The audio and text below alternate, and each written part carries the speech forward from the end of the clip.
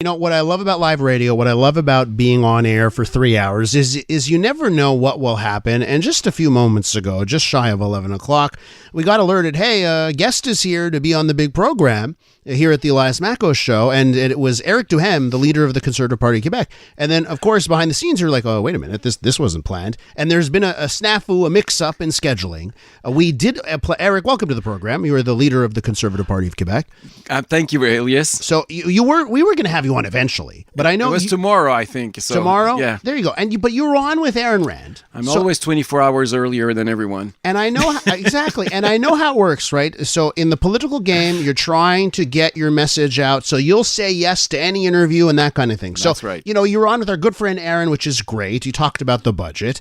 And now you show up and we're like, okay, what do we do about this? You know, and we think, okay, with the guest that we had at 11:20, are they a nice person and could they possibly be bumped to another day? And Dr. Christopher Labos was supposed to be on with us. Our apologies to Dr. Labos. We will rebook him to another day. And then we said, okay, let's put Eric on the air, even though, let's be very honest, you are getting too much airtime on CJD. Okay? Oh, really? Yeah, of course. The 2 days in a row, it's ridiculous. Okay, but I still want to have you on because there's a lot to talk about. So forget about the budget. If you want to hear Eric's take on the budget, cjd800.com, that's the website. You can hear the great interview he did with Aaron. Let's talk about something else, okay? Yes. First things first. The polls have you... I'm saying it unbelievable. Maybe it's believable. Quebec City, Conservative Party of Quebec is now in number 1 in the polls. Yeah.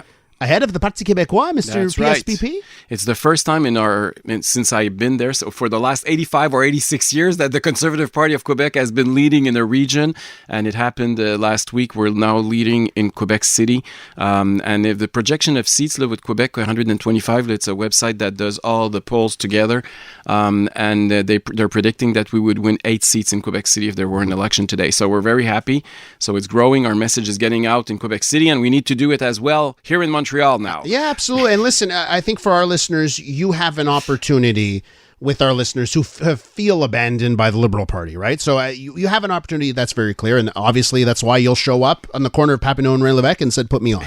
So I get that. Who do you think your competition is in Quebec City? Is it PSPP? Did have the CAQ become? It's such a good question because I'm asking myself that question every single day. Mm-hmm. We're wondering because it used to be only the CAQ in Quebec City, and that's why we lost seats. Even if we had 43% in some constituencies, we lost because it was a battle between the CAQ and us. We only had one opponent. It was a one-on-one, face-to-face.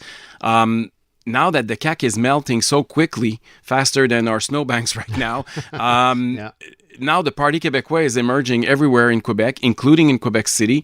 So I think it's the PQ, but I don't feel that it's very strong because when you look and you ask those people who are now considering voting Parti Québécois, they're saying that they don't want a referendum. And if there were one, many of them would actually, 1 out of 4 would even vote no. Yeah. So...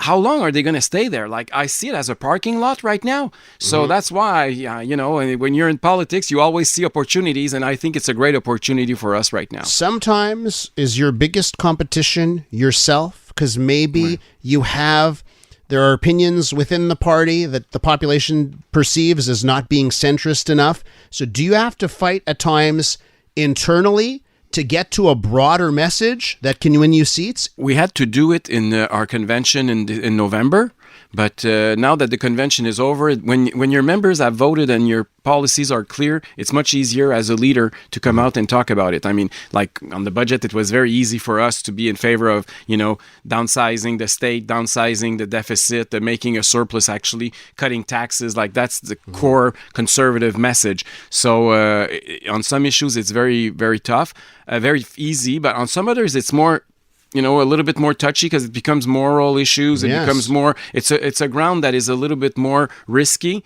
But I think in politics, you cannot escape important debates, and when they happen, you have to stand on what you believe in. So this leads us to something your party released this week: a statement and a position on trans issues. And I got to say, Eric, I never want to talk about this subject on air because I feel like 90% of people are all on the same page. And here's what I'm going to say. I'll speak for myself, but I think most people are on the same page. Like I'll speak for myself. I want everyone to have the life that they want. This is what I believe. I think a person can decide for themselves how they want to live their life, and adults should have the ability, and then we should support them, and we should have a province and a society that treats everyone with respect. And I feel like we're all on the same page, and this trans issue, and I think social media plays into it, it's being weaponized, and we're going on extremes, even though I would say 90% of people are like, let's just let people live their lives. So why did you, for your party, did you say, of all the issues here this week, let's release a statement on trans issues, and what is your party's position? Well, because there's a lot of things going on regarding that file. First off, the Quebec government put in place a committee on gender issues that is right in place right now. We have to submit our proposals, our brief, because they're going to table recommendations to the government in the near future. So that's one of the reasons. The other thing is that there's a lot of things going on outside of Quebec as well.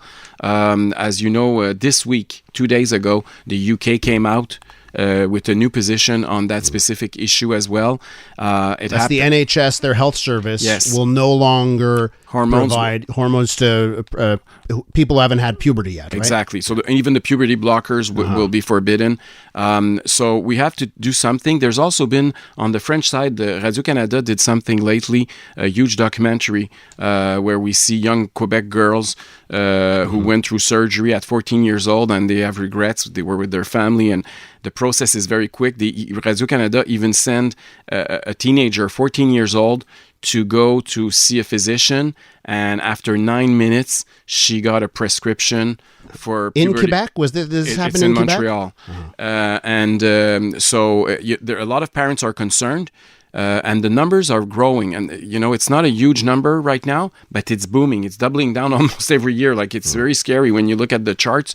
I agree with you regarding we have to be very sensitive when we talk about that issue. And personally, I'm part of that community as well. I'm personally openly gay. G in the LGBT. Exactly. Yeah. And when I was a teenager as well, I knew I was different. I didn't know exactly what it was, but I knew something was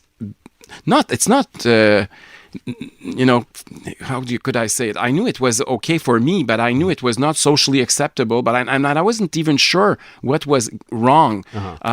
And we have to make sure that the kids, if you cannot, there's tons of decisions that kids cannot take, and we're not going to let a kid go without parental approval, see a physician, and after 9 minutes have prescriptions of things that could change her life forever. And that's where I stand. I will support that person. We need to provide them psychological assistance. We need to not judge them, and make sure we're with them, but we also need to make sure we protect our kids and make sure the parents are are in the loop. How do we guard against it becoming weaponized and turned into something for hate? How do we guard against that? Because that's the worry, right? And even that's one of the reasons why I say let's just not even talk about it, because I think we're all on the same page. But when we talk, it leads to extremes. So how do we guard against that? Well, that's why we took a position that is very centrist. We said, look, before 16 years old, no decision can be taken without the parent approval. I think that makes a huge consensus among a large part of the population in Quebec. The second thing is no surgery that is irreversible can happen before 18 years old. So for us, it's very important. And if ever there's puberty blockers that are prescribed, make sure that it's part of a protocol. It cannot be done after 9 minutes. It's there's a protocol to follow. There needs to be some psychological evaluation first and foremost. And make sure also that we keep the data to know, is it having an impact, positive or negative, on the kids, to make sure that we make even better decisions in the future, because currently there is no scientific evidence and consensus. If you look at Sweden and Norway, they were very progressive on those matters, and right now they're backtracking. So let me ask you this, because I've spoken to strong members of the gay community, the lesbian community, and they've told me that one of their worries is let's say they were younger, right, and they realized they were gay today. Perhaps they would have been told, oh, maybe you're in the wrong body, right? Is that, as a gay man, is that a concern that you feel if you were 30 years younger, that you'd be under those pressures today? I was not in a position at 14 years old to take decisions, irreversible decisions, for my future, sexually speaking. And because I didn't know, I had to experience all sorts of things. I had to understand. I had to consult. Like, it's not like every single individual. Like, you know, we were when you're a teenager, it's not things are not crystal clear. And I think it's important right now to make sure that we have a framework in Quebec, because right now it's going very quickly, and even the physicians are looking for that, because they don't all know what's going on. Exactly.